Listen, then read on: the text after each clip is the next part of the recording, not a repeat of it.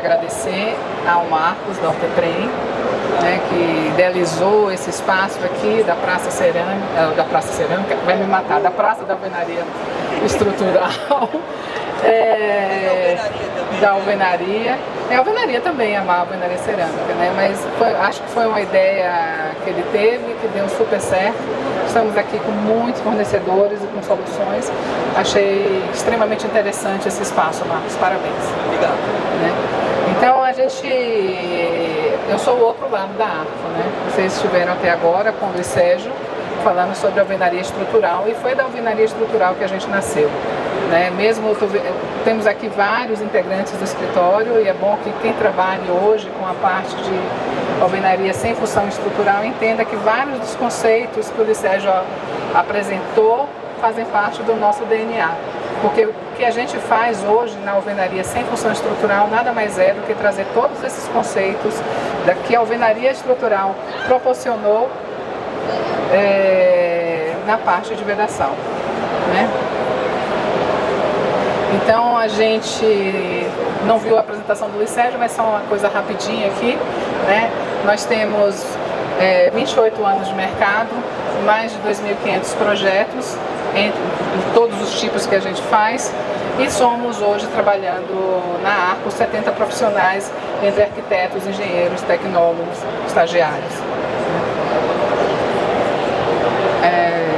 E aí eu quis trazer, quando o Luiz Sérgio sugeriu essa palestra dele sobre o processo construtivo em alvenaria estrutural, eu falei, então vou fazer a mesma coisa no processo construtivo sem função estrutural. Então o que é isso? Né? O que é esse processo construtivo? Né? Então o processo construtivo, eu acho que a gente vai bater na mesma tecla, mas falar de uma maneira diferente, nada mais é do que um organizado e bem definido modo de se construir um edifício.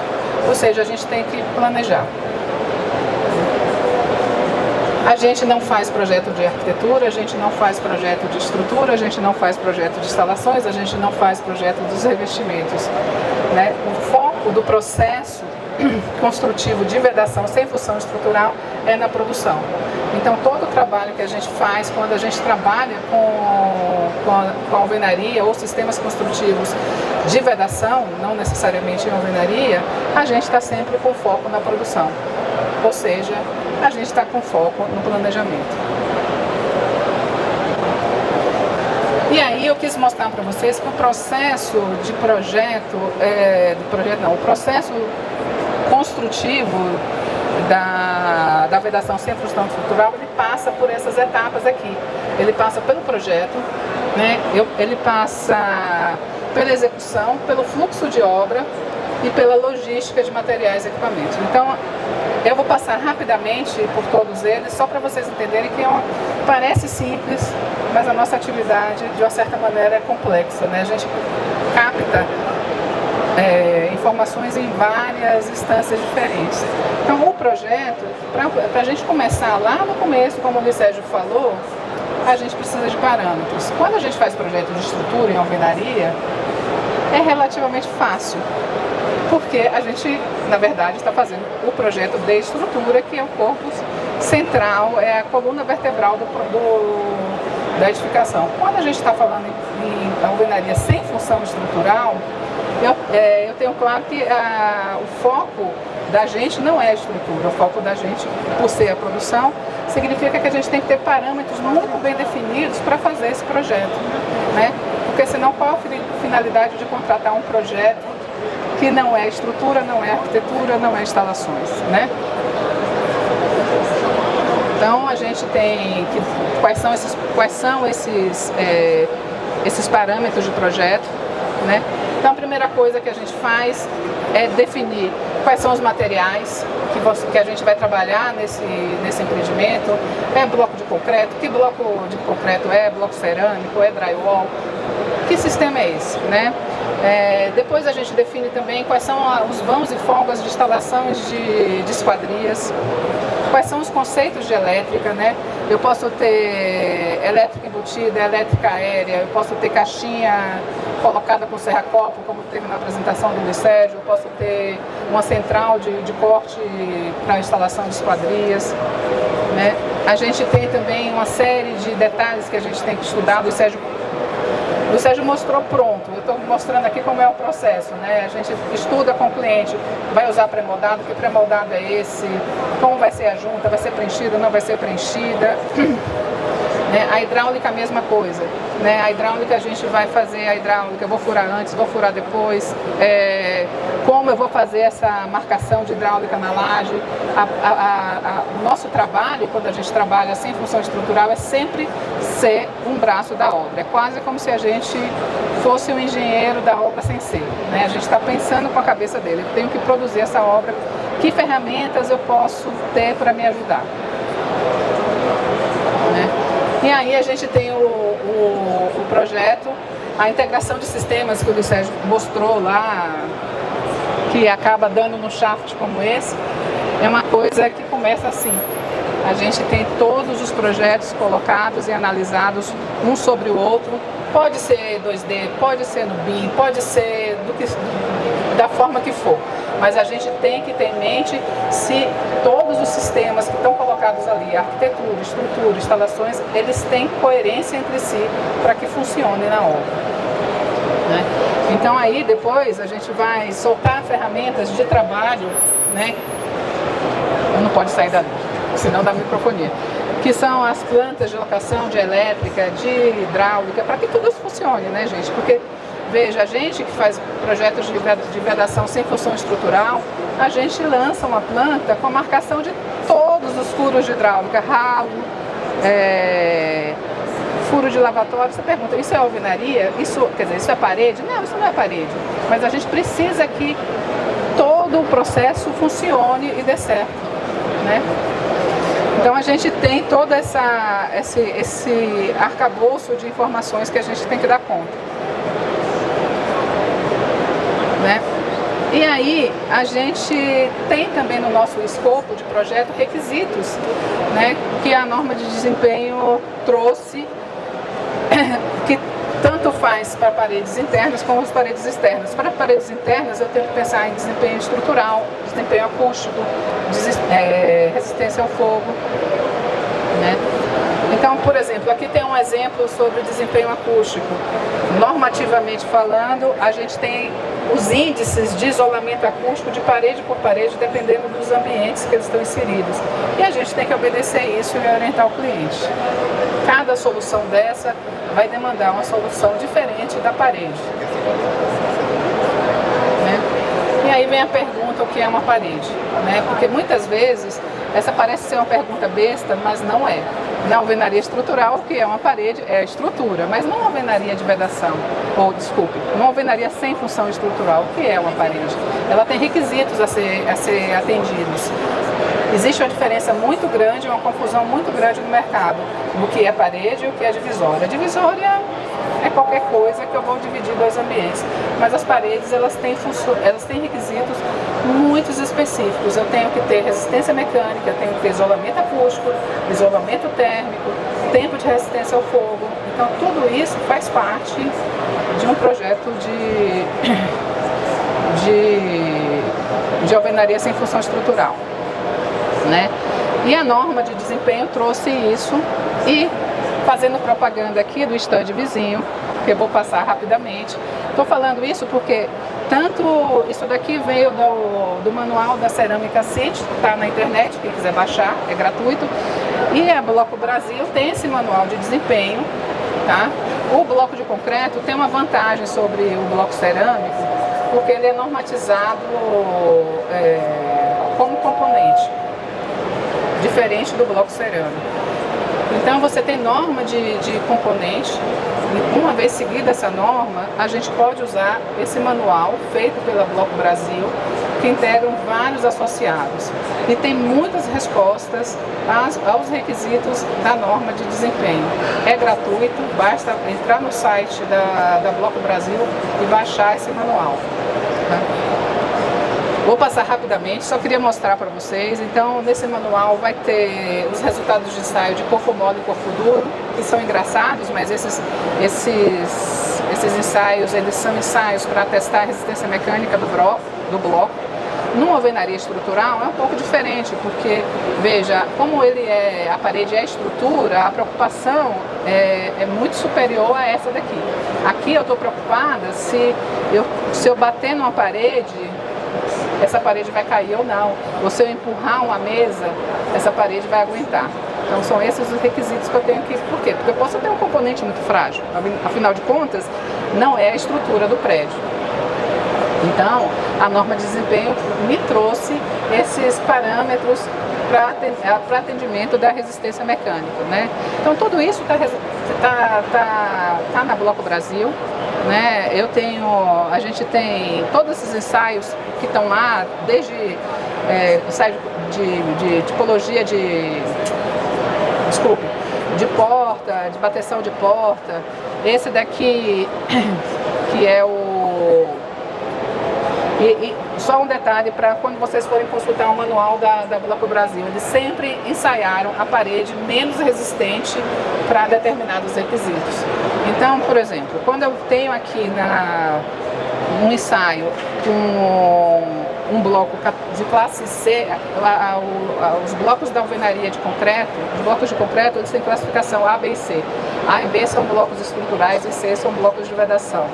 Então, quando eles ensaiam um bloco de classe C de 14 centímetros para determinado requisito, a lógica é assim: se esse bloco passou nesse requisito, então um bloco superior, ou seja, se um bloco C, classe C passou, o bloco A e B passou também. A lógica é essa e funciona para todos os ensaios, porque senão a gente teria um mundo de ensaios para fazer. Né? Então, tem peças suspensas, tudo isso são requisitos que a norma de desempenho pede que uma parede tenha, né?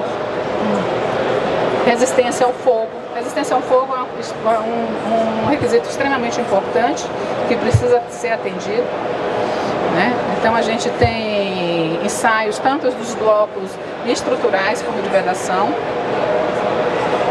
né? Eles fizeram muitos ensaios, são ensaios complexos esses.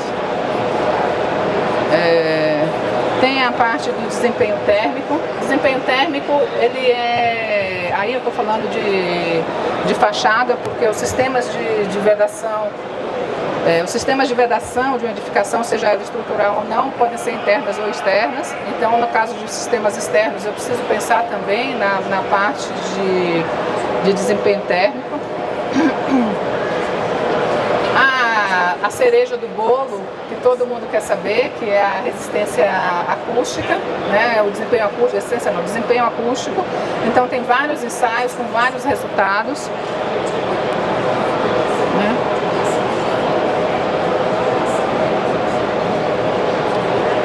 Tem também um capítulo de durabilidade e estanqueidade. Tá? Então, tudo isso para falar que vocês têm um material extremamente completo. Está faltando coisa? Tem informações que talvez não estejam lá, mas já tem um arcabouço de informações muito bom e está à disposição de qualquer um, basta baixar. Tá? Esse trouxe aqui é o mais novo que está lá. Então, esses parâmetros de projeto, eles vão auxiliar a gente a definir uma série de coisas quando a gente faz o projeto sem função estrutural. Né? Vão definir espessura de parede, vão definir a localização. Por exemplo, eu estou fazendo um projeto de térreo, que eu tenho um pé direito de, sei lá, 4, 5 metros de altura, que tipo de bloco eu vou usar, como eu vou fazer esse projeto. Então, todas essas informações são muito importantes para que a gente consiga começar a desenvolver um projeto. Eu vou trabalhar num projeto de pavimento tipo, tem paredes de 9, 11,5, 14, 19. Isso tem lógica? Será que não é melhor a gente reduzir as famílias de bloco para dar uma produtividade para a obra? Né? Então, os procedimentos executivos também fazem parte desse processo. E aí, a gente tem aqui, dos procedimentos executivos, a gente tem os procedimentos que são as ETEs das construtoras, né? Uma construtora que geralmente está bem organizada, elas têm procedimento para execução de vários subsistemas, inclusive da alvenaria, sem função estrutural. E a gente tem também os fabricantes gerando procedimentos de como executar essas alvenarias, né? Então é muito bom consultar ambos, né? Na definição de execução, os clientes também têm, pensando no processo de construção racionalizado, tem processos de fluxo de trabalho, né? Então aqui são exemplos de um cliente que tem processo de como fazer o chapisco, como fazer a marcação, como fazer uma elevação de parede. Esses processos, além de ter um processo de como fazer, existe também um processo de como checar.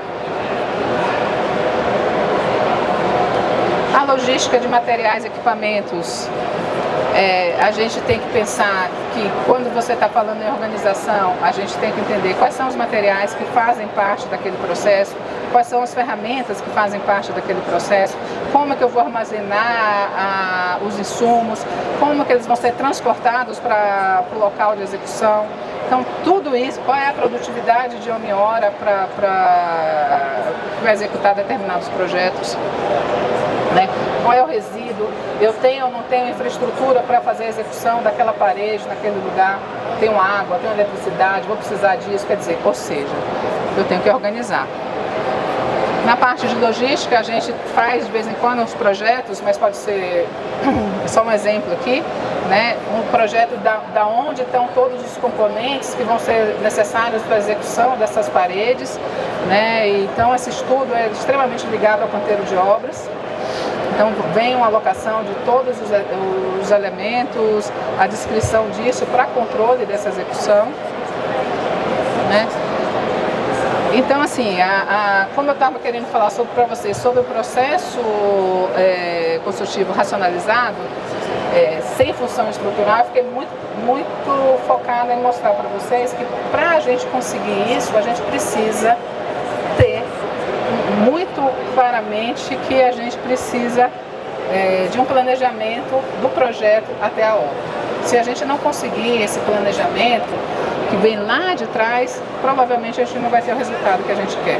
O projeto de alvenaria sem função estrutural é uma excelente ferramenta para fazer essa organização, né? E por que isso? Porque ele ele integra, né? A parede integra vários subsistemas. A parede integra a estrutura de concreto, né, vigas, pilares, lajes, com a elétrica, a hidráulica, as esquadrias, tudo isso está dentro da parede. Então a gente precisa entender que tudo isso faz parte de um sistema complexo. E, como o Luiz Sérgio já falou, tudo isso de uma certa maneira é induzido pela coordenação modular que o bloco traz para a gente, né? O bloco é um elemento de 40 centímetros, não, de 39 por 19, mas traz uma malha modular que orienta todo o raciocínio da gente. E é isso. Eu queria só falar isso daqui, né? Ah, aquele slide sumiu, mas é isso. Então eu queria agradecer a presença de vocês, era rapidinho, espero que eu tenha conseguido mostrar todo esse processo, que é complexo, não é simples, né? Mas que no final traz resultados bastante positivos. Tá? Geralmente quem contrata ou quem faz um projeto de vedação sem função estrutural não volta atrás. A Dani está aqui, a Dani é uma concorrente, outra empresa que faz projeto de alvenaria sem função estrutural. E o que a gente tem notado no mercado, né, Dani? Que quem contrata a gente, que geralmente por pavimento tipo, porque tinha aquela repetição, então vamos usar uma ferramenta, hoje em dia a gente tem ampliado muito o trabalho da gente trabalhando nos pavimentos que não tem repetição. Por quê? Porque a gente consegue fazer a análise de tudo isso que eu falei durante o processo do projeto. Tá bom? É isso. Muito obrigada.